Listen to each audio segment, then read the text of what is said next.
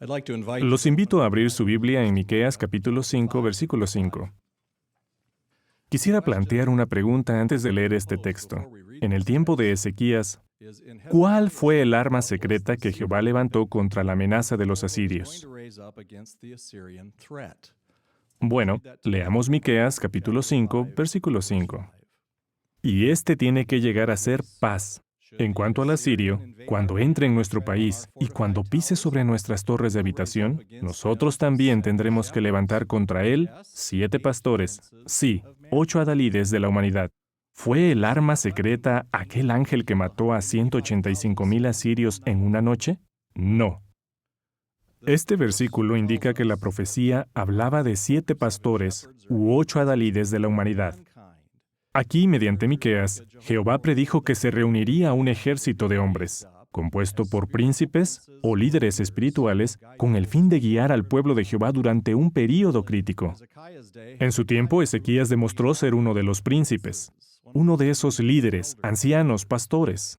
Al igual que otros príncipes, hombres poderosos y profetas de su época como Miqueas e Isaías. Su fe sólida y su confianza en Jehová contribuyeron a que la nación se mantuviera en calma y protegida durante un período crítico, y allanó el camino para que Jehová lograra una aplastante victoria. Pero, ¿por qué nos interesa lo que dice Miqueas 5:5? Bueno, la atalaya que sirve de base para el comentario impreso de hoy destaca que el cumplimiento mayor de esta profecía ocurre en nuestro tiempo. En la venidera gran tribulación, el pueblo de Dios será atacado por un asirio moderno. ¿Quién será entonces el arma secreta? Ese ejército poco común de 7 pastores, sí, 8 príncipes o adalides de la humanidad. La atalaya explicó que se trata de los ancianos de congregación. Con razón, el esclavo fiel ha estado animando a los varones a servir en la congregación como siervos ministeriales y ancianos.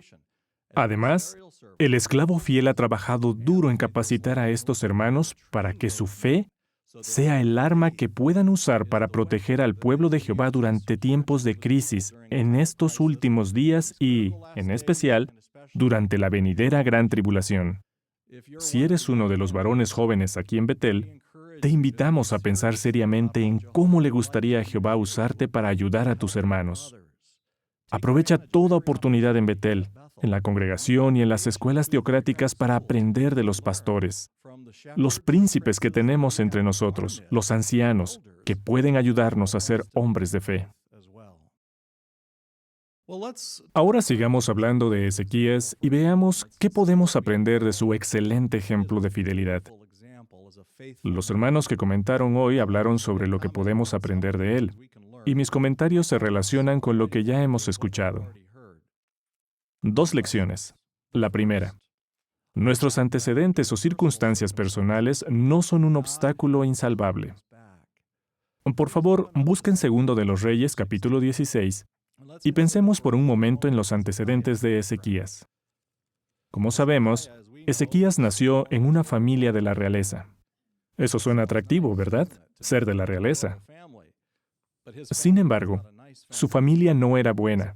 Estaba rodeado de falsos adoradores, muchos malos ejemplos, y como indica Segundo de los Reyes 16, 1 al 4, Acaz, su padre, era apóstata y malvado.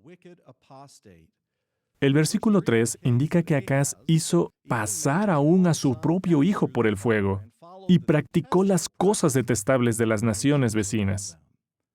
Como comentó la hermana Yocom, el hijo sacrificado a un dios falso era hermano de Ezequías.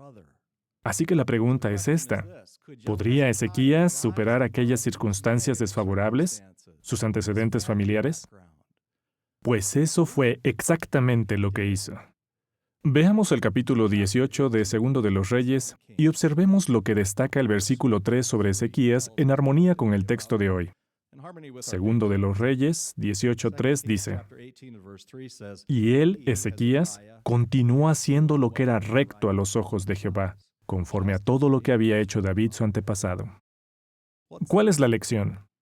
Nuestras circunstancias no tienen que ser un obstáculo en nuestro progreso espiritual. Aquí mismo en Betel somos testigos de esa verdad. Algunos venimos de lo que llamaríamos circunstancias ideales.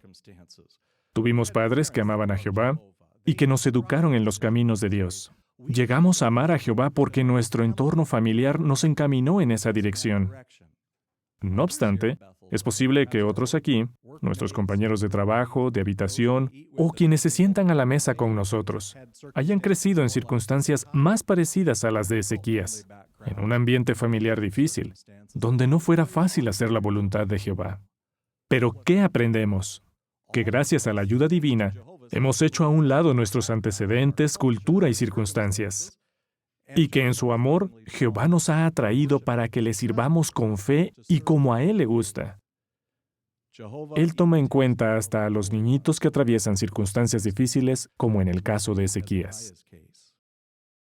¿Cuál es la segunda lección que nos deja el ejemplo de Ezequías?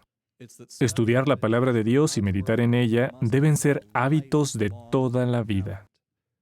La Biblia no dice si la madre de Ezequías u otras personas fueron clave para que él aprendiera a amar a Jehová, pero sí sabemos que Ezequías desarrolló y conservó su amor por la palabra de Dios y, como resultado, cultivó una estrecha amistad con Jehová.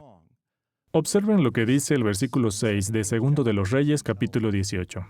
En particular, la última parte del versículo. Dice, y él siguió adhiriéndose a Jehová. No se desvió de seguirlo, sino que continuó guardando sus mandamientos que Jehová había mandado a Moisés. La última expresión es muy interesante, pues indica que a los 25 años de edad, cuando se convirtió en rey e implantó reformas inmediatas en la nación, ya estaba muy familiarizado con la ley de Moisés. ¿Por qué obtuvo ese conocimiento? Porque estaba acostumbrado a estudiar. Al parecer, aún antes de los 25, llegó a amar la palabra de Dios. De hecho, es posible que antes de cumplirlos, Ezequías compusiera el entero Salmo 119, con sus 176 versos. Además, Proverbios 25, versículo 1, muestra que mientras servía como rey, Ezequías ordenó que se compilaran los capítulos 25 a 29 de Proverbios. Cuánto agradecemos que amara la palabra de Dios al grado de reunir esos proverbios que tanto disfrutamos hoy. Más tarde, Ezequías escribió una canción de agradecimiento a Jehová por haberlo sanado de una enfermedad mortal. Isaías registró dicha canción. ¿Qué lección extraemos? Toda su vida, Ezequías mantuvo el hábito de amar la palabra de Dios y meditar en ella. Y su apego a la palabra de Dios lo convirtió en un líder excepcional para su pueblo. Ante los retos que afrontó como persona y como rey de aquel rebaño nacional que pastoreaba, su rutina espiritual y su amor a la palabra de Dios le permitieron mantenerse cerca de Jehová en las buenas y en las malas. Si leemos el versículo 7 de Segundo de los Reyes, capítulo 18, veremos cómo respondió Jehová. Allí dice, y Jehová resultó estar con él. A donde quiera que salía, actuaba prudentemente. La lección: estudiar la palabra de Dios y meditar en ella deben ser hábitos que desarrollemos y conservemos toda la vida. En resumen, ¿qué hemos aprendido? 1. Al acercarnos al fin, los ancianos desempeñarán un papel vital en fortalecer al pueblo de Dios. Jóvenes, háganse disponibles para servir de un modo que les permita ser parte del arma secreta de Jehová durante el fin de este sistema de cosas. 2. Las circunstancias desfavorables a las que Ezequías se enfrentó de joven no le impidieron progresar espiritualmente. Así que todos podemos lograrlo, sin importar nuestras circunstancias. Y 3. Ezequías estudiaba con diligencia la palabra de Dios y meditaba en ella. ¡Qué buen ejemplo para nosotros hoy!